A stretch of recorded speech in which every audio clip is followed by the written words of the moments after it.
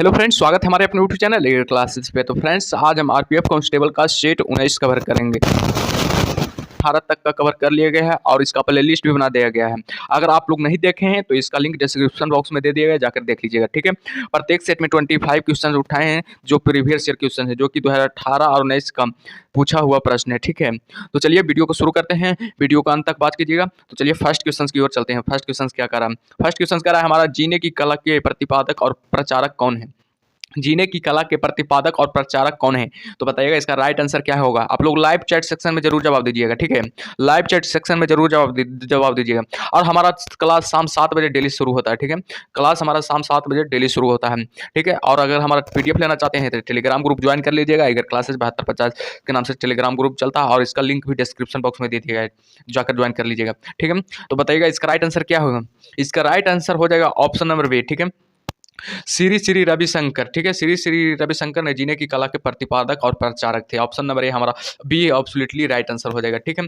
और इस ये भी एग्जाम में यह भी पूछा जा सकता है कि जीने की कला का स्थापना कब हुआ था? तो बताइएगा 1982 में जीने की कला की स्थापना हुआ था। और इसे इंग्लिश में क्या कहा जाता है? जीने की कला को इंग्लिश में क्या कहा जाता है? तो बताइएगा art of living. Art of living जीने की कला को इंग्लिश में कहा जाता है। और एग्जाम में पूछा जाएगा कि आर्ट ऑफ लिविंग के प्रतिपादक और प्रचारक कौन थे? तो बताइएगा श्री श्री रविशंकर, ठीक है। Shri Shri Ravishankar art of living के प्रचारक थे। और इसका प्रचार स्थापना कब हुआ था? 1982 में, याद रखिएगा। नेक्स्ट क्वेश्चन की ओर चलते हैं। क्वेश्चन नंबर 2 क्या कह रहा है? क्वेश्चन नंबर 2 रखा रहा कि डंकन पैसेज निम्नलिखित में से किसके बीच स्थित है? डंकन पैसेज निम्नलिखित में से किसके बीच स्थित है? तो बताइएगा इसका राइट आंसर क्या होगा। आप लोग लाइव चैट सेक्शन में जरूर जवाब दीजिएगा, ठीक है। इसका राइट आंसर क्या हो जाएगा? इसका राइट आंसर हो जाएगा दक्षिणी और लिटिल अंडमान में डंकन पैसेज स्थित है। दक्षिणी और लिटिल अंडमान में डंकन पैसेज स्थित है। ऑप्शन नंबर ए हमारा एब्सोल्युटली राइट आंसर हो जाएगा। नेक्स्ट क्वेश्चन की ओर चलते हैं। क्वेश्चन नंबर 3 क्या कह रहा है? क्वेश्चन नंबर 3 कह रहा है प्रोटीन संश्लेषण होता है।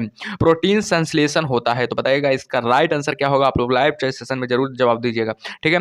इसका राइट आंसर क्या होगा? इसका राइट आंसर हो जाएगा राइबोसोम में प्रोटीन संश्लेषण होता है। राइबोसोम में प्रोटीन संश्लेषण होता है। ऑप्शन नंबर ए हमारा एब्सोल्युटली राइट आंसर हो जाएगा। और पूछा जाएगा कि राइबोसोम का खोजकर्ता का नाम क्या है? तो रॉबिन्सन और ब्राउन लगाइएगा। रॉबिन्सन और ब्राउन राइबोसोम का खोज किया था। कब किया था? तो बताइएगा 1953 में। 1953 ने रॉबिन्सन और ब्राउन ने राइबोसोम का खोज किया था, ठीक है। नेक्स्ट क्वेश्चन की ओर चलते हैं। नेक्स्ट क्वेश्चन क्या कर रहा है? क्वेश्चन नंबर 4 क्या कर रहा है? क्वेश्चन नंबर 4 कह रहा है कि रासायनिक रूप में मिल्क ऑफ मैग्नीशिया क्या कहा होता है? रासायनिक रूप में मिल्क ऑफ मैग्नीशिया क्या होता है? तो बताइएगा इसका राइट आंसर क्या होगा। इसका राइट आंसर क्या होगा? इसका राइट आंसर हो जाएगा हाइड्रो ऑक्साइड। हाइड्रो ऑक्साइड यानी मैग्नीशियम हाइड्रो ऑक्साइड को रासायनिक रूप में मिल्क ऑफ मैग्नीशिया कहा जाता है। हाइड्रो ऑक्साइड को रासायनिक रूप में मिल्क ऑफ मैग्नीशिया कहा जाता है। ऑप्शन नंबर ए हमारा एब्सोल्युटली राइट आंसर हो जाएगा। इसका प्रयोग किसके लिए किया जाता है? चीनी तैयार करने में किया जाता है। चीनी तैयार करने में मैग्नीशियम कार्बोनेट का प्रयोग किया जाता है, ठीक है। नेक्स्ट क्वेश्चन की ओर चलते हैं। क्वेश्चन नंबर 5 क्या कर रहा है? क्वेश्चन नंबर 5 कह रहा है वन अनुसंधान संस्था कहाँ स्थित है? वन अनुसंधान संस्था कहाँ स्थित है? तो बताइएगा इसका राइट आंसर क्या होगा। इसका राइट आंसर क्या, आप लोग लाइव चैट सेशन में जरूर जवाब दीजिएगा, ठीक है। इसका राइट आंसर हो जाएगा देहरादून में वन अनुसंधान संस्था स्थित है। ऑप्शन नंबर ए हमारा एब्सोल्युटली राइट आंसर हो जाएगा। और एग्जाम में पूछा जाए कि पर्यावरण शिक्षण केंद्र कहाँ स्थित है? तो लगाइएगा अहमदाबाद में पर्यावरण शिक्षा केंद्र अवस्थित है, ठीक है। और एग्जाम में पूछा जाए कि वन उत्पादकता केंद्र कहाँ स्थित है? तो रांची में वन उत्पादकता केंद्र स्थित है। और ठीक है, नेक्स्ट क्वेश्चन की ओर चलते हैं। क्वेश्चन नंबर 6 क्या कर रहा है? क्वेश्चन नंबर 6 कह रहा है कि भारत निम्नलिखित में से किस गोलार्ध में स्थित है? भारत निम्नलिखित में से किस गोलार्ध में स्थित है? तो बताइएगा इसका राइट आंसर क्या होगा। आप लोग लाइव चैट सेशन में जरूर जवाब दीजिएगा। इसका राइट आंसर क्या होगा? इसका राइट आंसर हो जाएगा उत्तरी और पूर्वी गोलार्ध में भारत स्थित है। उत्तरी और पूर्वी गोलार्ध में भारत स्थित है, ठीक है। ऑप्शन नंबर ए हमारा एब्सोल्युटली राइट आंसर हो जाएगा। और एग्जाम उत्तरी और पूर्वी में सबसे अधिक घनी जनसंख्या वाला ध्रुव अति आबादी वाला गोलार्ध है, ठीक है। और एग्जाम में पूछा जाए कि सबसे अधिक जनसंख्या घनत्व आबादी वाला कौन सा गोलार्ध है? तो बताइएगा उत्तरी पूर्वी और पूर्वी गोलार्ध सबसे अधिक जनसंख्या घनी वाला आबादी वाला गोलार्ध है, ठीक है। नेक्स्ट क्वेश्चन की ओर चलते हैं। क्वेश्चन नंबर 7 क्या कर रहा है? क्वेश्चन नंबर 7 कह रहा है कि इलेक्ट्रॉन सूक्ष्मदर्शी के माध्यम से क्या देखा जाता है? इलेक्ट्रॉन सूक्ष्मदर्शी के माध्यम से क्या देखा जाता है? तो बताइएगा इसका राइट आंसर क्या होगा। इसका राइट आंसर हो जाएगा जीवाणुओं तथा विषाणुओं को इलेक्ट्रॉन के सूक्ष्मदर्शी के माध्यम से देखा जाता है। ऑप्शन नंबर बी हमारा एब्सोल्युटली राइट आंसर हो जाएगा। नेक्स्ट क्वेश्चन को चलते हैं। क्वेश्चन नंबर 8 क्या कह रहा है? क्वेश्चन नंबर 8 का निम्नलिखित में से वह पर्वत श्रेणी कौन सी है जो भारत में सबसे पुरानी है? निम्नलिखित में से वह पर्वत श्रेणी कौन सी है जो भारत में सबसे पुरानी है? तो बताइएगा इसका राइट आंसर क्या होगा? इसका राइट आंसर हो जाएगा अरावली पर्वत श्रेणी भारत की सबसे सबसे पुरानी पर्वत श्रेणी है। ठीक है, और पूछा जाए कि शिवालिक श्रेणी कैसी पर्वत है? नवीन पर्वत शिवालिक श्रेणी है। नवीन पर्वत का अगर पूछा जाए तो शिवालिक लगाइएगा, शिवालिक सबसे नवीन पर्वत है। ठीक है, नेक्स्ट क्वेश्चन की ओर चलते हैं। क्वेश्चन नंबर 9 क्या कर रहा है? क्वेश्चन नंबर 9 करा, निमज्जित वस्तु का पता लगाने के लिए किस उपकरण का प्रयोग किया जाता है? निमज्जित वस्तु का पता लगाने के लिए किस उपकरण का प्रयोग किया जाता है? तो बताइएगा इसका राइट आंसर क्या होगा? ऑप्शन ए है रडार, दूसरा है सोनार, और तीसरा है क्वासार, या चौथा है पल्सार। तो बताइएगा इसका राइट आंसर क्या होगा? आप लोग लाइव सेशन में जरूर जवाब दीजिएगा। इसका राइट आंसर हो जाएगा सोनार। ठीक है, सोनार से निमज्जित वस्तु का पता लगाया जाता है। ऑप्शन नंबर बी हमारा एब्सोल्युटली राइट आंसर हो जाएगा। नेक्स्ट क्वेश्चन की ओर चलते हैं। क्वेश्चन नंबर 10 क्या कर रहा है? क्वेश्चन नंबर 10 करा है कि विशेष आहरण अधिकारी की सुविधा किसमें स्थित है? विशेष आहरण अधिकारी की सुविधा किसमें स्थित है? तो बताइएगा इसका राइट आंसर क्या होगा? आप लोग लाइव सेशन में जरूर जवाब दीजिएगा। इसका राइट आंसर हो जाएगा अंतर्राष्ट्रीय मुद्रा कोष में विशेष आहरण अधिकारी की सुविधा उपलब्ध है। ऑप्शन नंबर ए हमारा एब्सोल्युटली राइट आंसर हो जाएगा। नेक्स्ट क्वेश्चन की ओर चलते हैं। क्वेश्चन नंबर 11 क्या करा है? क्वेश्चन नंबर 11 करा, किस क्षेत्र में अधिकांश मौसम संबंधित गतिविधियां होती हैं? किस क्षेत्र में अधिकांश मौसम संबंधित गतिविधियां होती है? तो बताइएगा इसका राइट आंसर क्या होगा? ऑप्शन ए है आयन मंडल में, कि क्षोभ मंडल में, कि समताप मंडल में, कि क्षोभ सीमा में। तो बताइएगा इसका राइट आंसर क्या होगा? आप लोग लाइव चैट सेशन में जरूर जवाब दीजिएगा।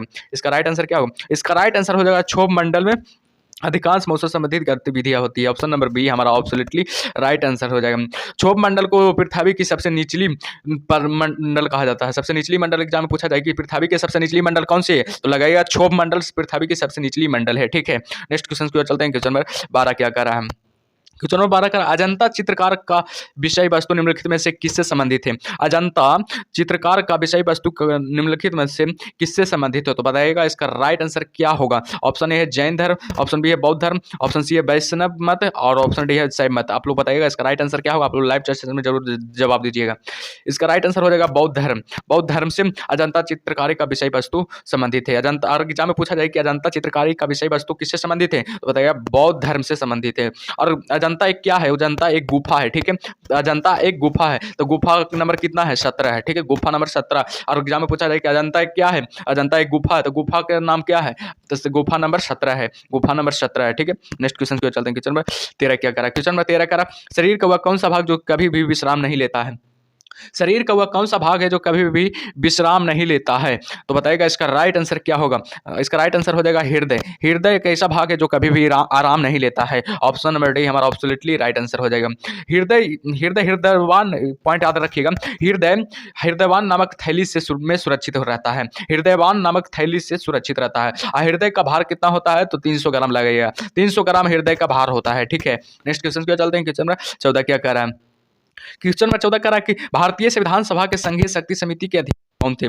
भारतीय संविधान सभा के संघीय शक्ति समिति के अध्यक्ष कौन थे? तो बताइएगा इसका राइट आंसर क्या होगा? आप लोग लाइव चैट सेशन में जरूर जवाब दीजिएगा। इसका राइट आंसर हो जाएगा option number D, Pandit Jawaharlal Nehru भारतीय संविधान सभा के संघीय शक्ति समिति के अध्यक्ष थे। ऑप्शन डी हमारा एब्सोल्युटली राइट आंसर हो जाएगा। और पूछा जाएगा प्रारूप समिति के अध्यक्ष कौन थे? तो प्रारूप समिति के अध्यक्ष डॉक्टर भीमराव अंबेडकर प्रारूप समिति के अध्यक्ष थे। और पूछा जाएगा मौलिक अधिकार समिति के अध्यक्ष कौन थे? तो सरदार वल्लभ भाई पटेल मौलिक अधिकार समिति के अध्यक्ष थे। और पूछा जाए झंडा समिति के अध्यक्ष कौन थे?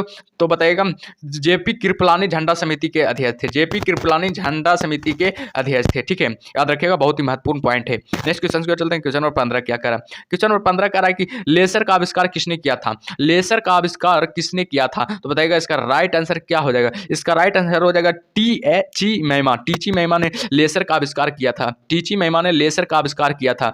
कब किया था? तो बताइए, एग्जाम में पूछा जाएगा कि कब किया था? तो बताइएगा 1960 में लेजर का आविष्कार किया गया था। 1960 में लेजर का आविष्कार किया गया था। इसका उपयोग क्या है? लेजर का उपयोग क्या है? तो बताइएगा चिकित्सा मनोरंजन आदि के क्षेत्र में किया जाता है। इसका उपयोग क्या होता है? चिकित्सा और मनोरंजन आदि क्षेत्रों में किया जाता है इसका उपयोग। ठीक है, नेक्स्ट क्वेश्चन को चलते हैं। क्वेश्चन नंबर 16 क्या करा? क्वेश्चन नंबर 16 कह रहा है कि किसके साथ कास्टिक सोडा को उबालकर साबुन तैयार किया जाता है? किसके साथ कास्टिक सोडा को उबालकर साबुन तैयार किया जाता है? तो बताइएगा इसका राइट आंसर क्या होगा? आप लोग लाइव चैट सेशन में जरूर जवाब दीजिएगा। ऑप्शन नंबर क्या होगा? इसका राइट आंसर दीजिएगा। इसका राइट आंसर क्या होगा? आप लोग लाइव चैट सेक्शन में जरूर जवाब दीजिएगा। इसका राइट आंसर क्या होगा? जो इसका राइट आंसर हो जाएगा option number C, glycerine. Glycerine को उबालकर साबुन तैयार किया जाता है। ग्लिसरीन को उबालकर साबुन तैयार किया जाता है। ऑप्शन नंबर सी हमारा एब्सोल्युटली राइट आंसर हो जाएगा। क्वेश्चन नंबर 17 की ओर चलते हैं। क्वेश्चन नंबर 17 क्या करा? खैबर दर्रे कौन से दो देशों को जोड़ते हैं? खैबर दर्रे से कौन से देश जुड़े हैं? खैबर दर्रे से कौन से देश जुड़े हैं? तो बताइएगा इसका राइट आंसर क्या होगा? इसका राइट आंसर हो जाएगा अफगानिस्तान और पाकिस्तान खैबर दर्रे से जुड़े हुए हैं। और पूछा जाए कि नाथुला दर्रा से कौन सा देश से जुड़ता है? तो बताइएगा भारत और चीन के साथ नाथुला दर्रा जोड़ता है। भारत और चीन के साथ नाथुला दर्रा जोड़ता है। भारत में कहां से जोड़ता है? सिक्किम से। सिक्किम से और चीन से जोड़ता है। ठीक है, नेक्स्ट क्वेश्चन की ओर चलते हैं। क्वेश्चन नंबर 18 क्या कह रहा है? क्वेश्चन नंबर 18 कह रहा है कि भारत में सर्वप्रथम स्वर्ण मुद्राएं चलने वाले शासक कौन थे? भारत में सर्वप्रथम स्वर्ण मुद्राएं चलाने वाले शासक कौन थे? तो बताइएगा इसका राइट आंसर क्या होगा? इसका राइट आंसर हो जाएगा हिंद यूनानी, यानी भारतीय यूनानी सर्वप्रथम स्वर्ण मुद्राएं चलाने वाले शासक थे। ऑप्शन नंबर बी हमारा एब्सोल्युटली राइट आंसर हो जाएगा। ठीक है, नेक्स्ट क्वेश्चन की ओर चलते हैं। क्वेश्चन नंबर 19 क्या कर रहा है? क्वेश्चन नंबर 19 कह रहा है कि दक्षिण भारत में चालुक्य वंश की स्थापना किसने की थी? दक्षिण भारत में चालुक्य वंश की स्थापना किसने की थी? तो इसका राइट आंसर क्या होगा? आप लाइव चैट सेशन में जरूर जवाब दीजिएगा। पहला है हरियर, दूसरा है बुक्का, तीसरा है प्रांतक प्रथम और चौथा है पुलकेशिनी प्रथम। तो बताइएगा इसका राइट आंसर क्या होगा? आप लाइव चैट सेशन में जरूर जवाब दीजिएगा। इसका राइट आंसर हो जाएगा ऑप्शन नंबर ए, पुलकेशिनी प्रथम ने दक्षिण भारत में चालुक्य वंश की स्थापना किया था। पूछा जाएगा एग्जाम में कि दक्षिण भारत में चालुक्य वंश की स्थापना किसने किया था? तो पुलकेशिनी प्रथम ने दक्षिण भारत में चालुक्य वंश की स्थापना किया था। ऑप्शन डी हमारा एब्सोल्युटली राइट आंसर हो जाएगा। नेक्स्ट क्वेश्चन की ओर चलते हैं। क्वेश्चन नंबर 20 क्या करा है? क्वेश्चन नंबर 20 करा महात्मा गांधी ने कहां प्रथम सफल सत्याग्रह शुरू किया था? महात्मा गांधी ने कहां सर्वप्रथम सफल सत्याग्रह शुरू किया था? तो बताइएगा इसका राइट आंसर क्या होगा? आप लोग लाइव चैट सेशन में जरूर जवाब दीजिएगा। इसका राइट आंसर हो जाएगा ऑप्शन नंबर सी, चंपारण में महात्मा गांधी ने सर्वप्रथम सफल सत्याग्रह शुरू किया था। ऑप्शन सी हमारा एब्सोल्युटली राइट आंसर हो जाएगा। और पूछा जाएगा दक्षिण अफ्रीका में सर्वप्रथम सत्याग्रह शुरू कब किया गया था? तो बताएगा 1906 में दक्षिण अफ्रीका में शुरू किए थे। और चंपारण में कब किए थे? तो चंपारण में बताइएगा 1917 में। 1917 में चंपारण में शुरू किए थे। ठीक है, नेक्स्ट क्वेश्चन की ओर चलते हैं। क्वेश्चन नंबर 21 क्या कर रहा है? क्वेश्चन नंबर 21 कह रहा है कि कंट्रोलर ऑफ ऑडिटर जनरल की नियुक्ति कौन करता है? कंट्रोलर ऑफ ऑडिटर जनरल की नियुक्ति कौन करता है? तो बताइएगा इसका राइट आंसर क्या होगा? इसका राइट आंसर हो जाएगा option number B. Option number B इसका राइट आंसर हो जाएगा प्रेसिडेंसी ऑफ इंडिया कंट्रोलर और ऑडिटर की नियुक्ति करता है। और कुछ पॉइंट याद रख लीजिएगा। सीएजी भारत का आईबीआई की सबसे बड़ा संस्थान है। एग्जाम में पूछा जाएगा भारत सरकार के सबसे बड़े आईबीआई का सबसे बड़ा संस्थान कौन है? तो सीएजी याद रखेगा। सीएजी भारत सरकार का सबसे बड़ा आईबीआई करने का संस्थान है। ठीक है, नेक्स्ट क्वेश्चन की ओर चलते हैं। क्वेश्चन नंबर 22 क्या करा? क्वेश्चन नंबर 22 करा दिलवाड़ा माउंट आबू के प्रसिद्ध मंदिर का निर्माण किसने करवाया था? दिलवाड़ा और माउंट आबू के प्रसिद्ध मंदिर का निर्माण किसने करवाया था? तो बताइएगा इसका राइट आंसर क्या होगा? आप लोग लाइव चैट सेशन में जरूर जवाब दीजिएगा। इसका राइट आंसर क्या हो जाएगा? इसका राइट आंसर हो जाएगा बिमल शाह ने दिलवाड़ा माउंट आबू के प्रसिद्ध मंदिर का निर्माण करवाया था। ऑप्शन नंबर डी हमारा एब्सोल्युटली राइट आंसर हो जाएगा। और पूछा बिमल शाह का दूसरा नाम क्या था? बिमल पाल बिमल शाह का दूसरा नाम था। बिमल शाह का बिमल पाल नाम था। ठीक है, दूसरा नाम। नेक्स्ट क्वेश्चन क्या चलते हैं। क्वेश्चन नंबर 23 क्या कह रहा है? क्वेश्चन नंबर 23 कह रहा है कि नर्मदा नदी का उद्गम स्थान है। नर्मदा नदी का उद्गम स्थान कहाँ है? तो बताइएगा इसका राइट आंसर क्या होगा? इसका राइट आंसर हो जाएगा अमरकंटक में नर्मदा नदी का उद्गम स्थान है। और नर्मदा नदी कहाँ जाकर गिरती है? नर्मदा नदी कहाँ जाकर गिरती है? खंभात की खाड़ी में नर्मदा नदी जाकर गिरती है। खंभात की खाड़ी में नर्मदा नदी जाकर गिरती है। और नर्मदा नदी की लंबाई कितना होता है? तो बताइएगा 1312 किलोमीटर नर्मदा नदी की लंबाई होती है। नर्मदा नदी की लंबाई पूछा जाए तो कितना बताएगा? 1312 किलोमीटर नर्मदा नदी की लंबाई होती है। ठीक है, नेक्स्ट क्वेश्चन को चलते हैं। क्वेश्चन नंबर 24 क्या करा? क्वेश्चन नंबर 24 करा अश्रु गैस क्या है? अश्रु गैस क्या है? तो बताइएगा इसका राइट आंसर क्या हो जाएगा? ऑप्शन ए है अमोनिया है, दूसरा है क्लोरीन है और तीसरा हाइड्रोजन कार्बाइड और चौथा हाइड्रोजन सल्फाइड। तो बताइएगा इसका राइट आंसर क्या होगा? इसका राइट आंसर हो जाएगा अमोनिया। अश्रु गैस पूछा जाए तो अश्रु गैस एक अमोनिया है। अमोनिया का सूत्र क्या होता है? तो बताइएगा इसका राइट आंसर क्या? अमोनिया का सूत्र क्या होता है? अमोनिया का सूत्र क्या होता है आप लोग बताइएगा? अमोनिया का सूत्र होता है NH3 अमोनिया का सूत्र होता है। तो और एग्जाम में पूछा जाए कि अश्रु गैस एक क्या है? तो बताइएगा अश्रु गैस एक अमोनिया है। अश्रु गैस एक अमोनिया है। ऑप्शन नंबर ए हमारा एब्सोल्युटली राइट आंसर हो जाएगा। ठीक है, नेक्स्ट क्वेश्चन की चलते हैं। क्वेश्चन नंबर 25 क्या करा? क्वेश्चन नंबर 25 करा राष्ट्रीय पर्यावरण शोध संस्थान कहाँ पर स्थित है? राष्ट्रीय पर्यावरण शोध संस्थान कहाँ पर स्थित है? तो बताइएगा इसका राइट आंसर क्या होगा? इसका राइट आंसर हो जाएगा नागपुर में राष्ट्रीय पर्यावरण शोध संस्थान स्थित है। ऑप्शन नंबर बी हमारा एब्सोल्युटली राइट आंसर हो जाएगा। और पूछा जाए कि पर्यावरण शिक्षा केंद्र कहाँ स्थित है, तो बताइएगा अहमदाबाद में पर्यावरण शिक्षा केंद्र स्थित है। ठीक है। अब पारिस्थितिक विज्ञान केंद्र कहाँ स्थित है, तो बेंगलुरु में पारिस्थितिक विज्ञान केंद्र स्थित है। और पूछा जाए खनन पर्यावरण केंद्र कहाँ स्थित है, तो धनबाद लगेगा। खनन पर्यावरण केंद्र कहाँ स्थित है, धनबाद में खनन पर्यावरण केंद्र स्थित है। ठीक है। तो आई होप कि वीडियो अच्छा लगा हो तो वीडियो को लाइक और चैनल को सब्सक्राइब कर लीजिएगा। ठीक है। अब नेक्स्ट वीडियो में मिलते हैं, तब तक ओके बाय।